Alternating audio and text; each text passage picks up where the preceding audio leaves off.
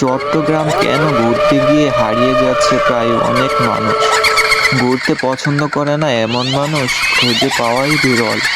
সেখানে আছে একটি গিরিখাত, গিরিখাতের পাশাপাশি আছে সুন্দর এক পাহাড়ি ঝর্ণা। তবে সেখানে গিয়ে পথ হারিয়ে ফেলছে বহু পর্যটক।